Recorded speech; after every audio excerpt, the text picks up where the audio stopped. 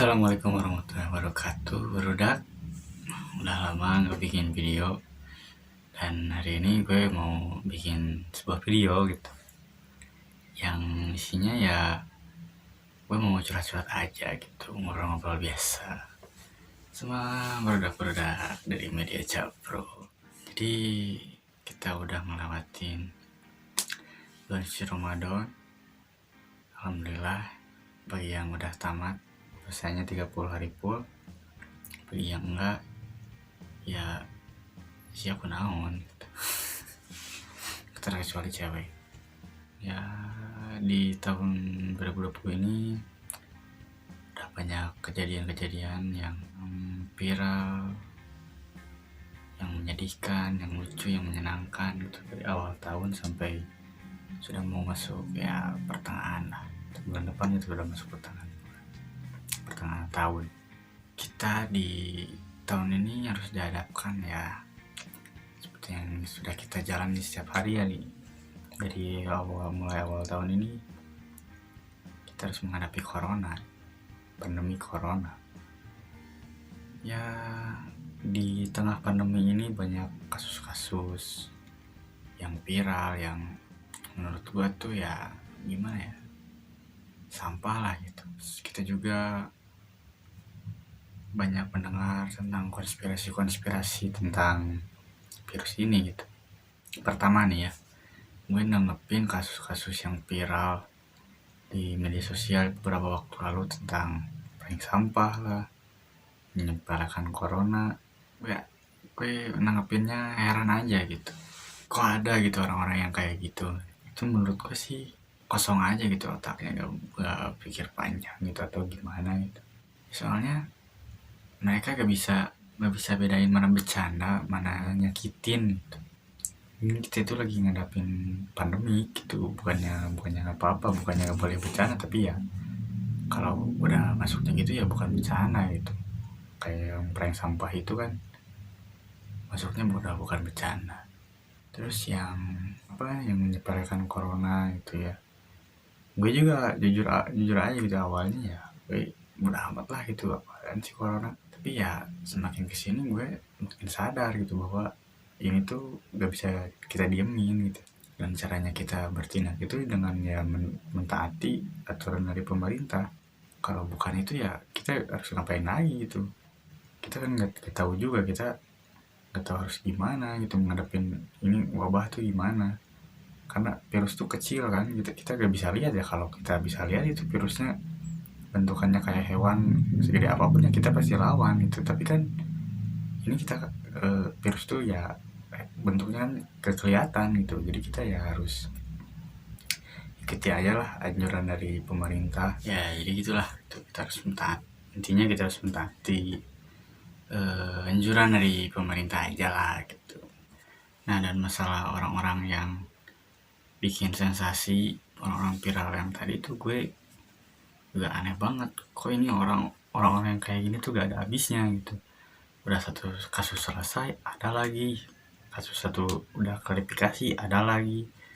Gue gak ngerti gitu, ini orang-orang maksudnya apa gitu. Kok mereka kan tahu gitu sebelumnya tuh ada kasus yang kayak gini gitu, yang sensitif banget. Terus orang lain malah kayak yang ngikutin aja gitu, nggak berkaca ke belakang gitu. Jadi kayak yang disengaja aja gitu, mereka itu pengen cari sensasi di tengah pandemi gitu. Ya kalau mungkin solusinya buat kita yang sebagai netizen jangan kasih panggung lah gitu. Kalau ada orang-orang kayak gitu ya udah aja biarin gitu. Kalau mau juga kita gak usah kita tonton videonya terus kita sebarin videonya. Menurut gue sih gak usah. Kalaupun kita mau nyebarin, mungkin akun sosial medianya kita sebarin, terus kita report orangnya gitu. Jadi kalau kita report, otomatis sosial medianya bakal diblok gitu. Dan kalau sosial medianya udah diblok, dia gak punya panggung buat dia joget-joget lagi gitu. Kalau menurut gue sih gitu, untuk mengatasi orang-orang yang ya mencari sensasi di tengah pandemi ini gitu. Gue juga agak gimana ya tentang corona ini, ada banyak konspirasi gitu. Maksudnya ya kok ini bisa sampai terjadi gitu. Banyak hubungannya, kalau dikait-kaitin itu banyak hubungannya sama kejadian yang lalu-lalu gitu. Terus bisa juga kita kaitkan sama film ya. Ini bisa jadi film yang jadi kenyataan gitu. Kita hidup di bawah kita hidup di bawah ketakutan gitu antara virus, kematian gitu. Kalau kita terus berpikir konspirasi ini kayaknya gak ada ujungnya. Banyak ya hal-hal yang sangat membingungkan gitu. Apalagi untuk kita lah itu, untuk pemuda-pemuda kayak kalian barudak kayak gue juga bingung gitu. Kita nggak nanggepin tapi ya kita penasaran gitu. Dan kalau kita nggak nanggepin juga kita bakal ketinggalan informasi gitu. Karena kalau bukan kita sebagai pemuda yang menanggapi hal-hal seperti itu, ya siapa lagi gitu. Mungkin sebagian dari kita itu nggak bisa berbuat banyak lah, nggak bisa bicara banyak. Toh kita juga kalau bicara gak mungkin sampai kedengaran sama yang di atas, tapi ya minimalnya kita bisa, kalau kita punya ide atau informasi, kita bisa informasikan ke orang-orang sekitar lah gitu. Kita gak perlu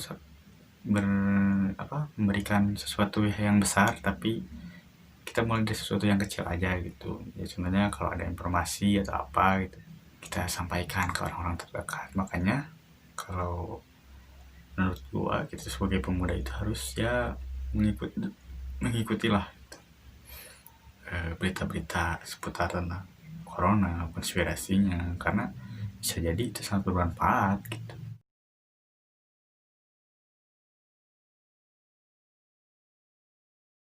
Gue juga tadi dengar, baca-baca gitu di media sosial, katanya 1 Juni kita bakal ada new normal gitu, new normal.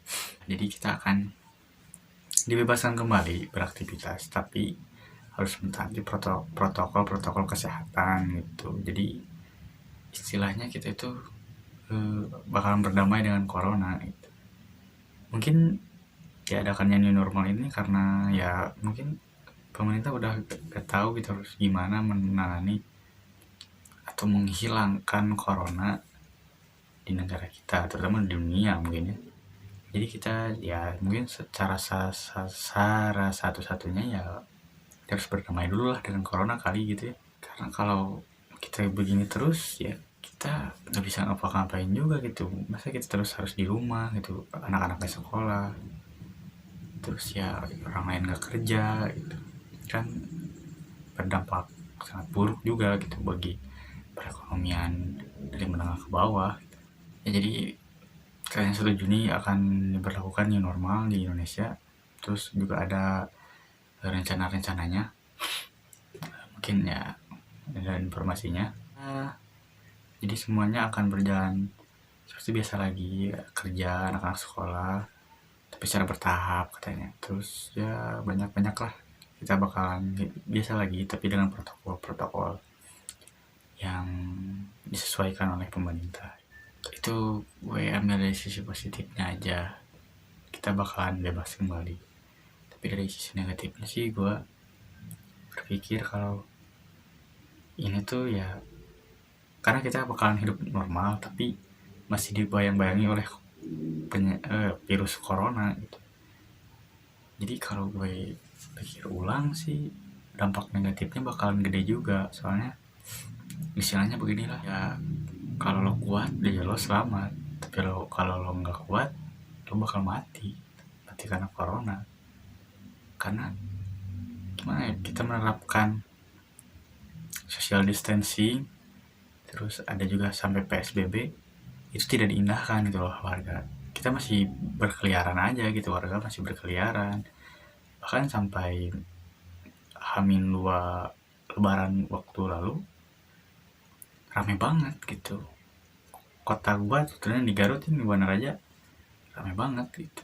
Toko-toko baju, pasar itu rame banget orang-orang, padahal ya kita menyadari gitu ini pandemi gitu.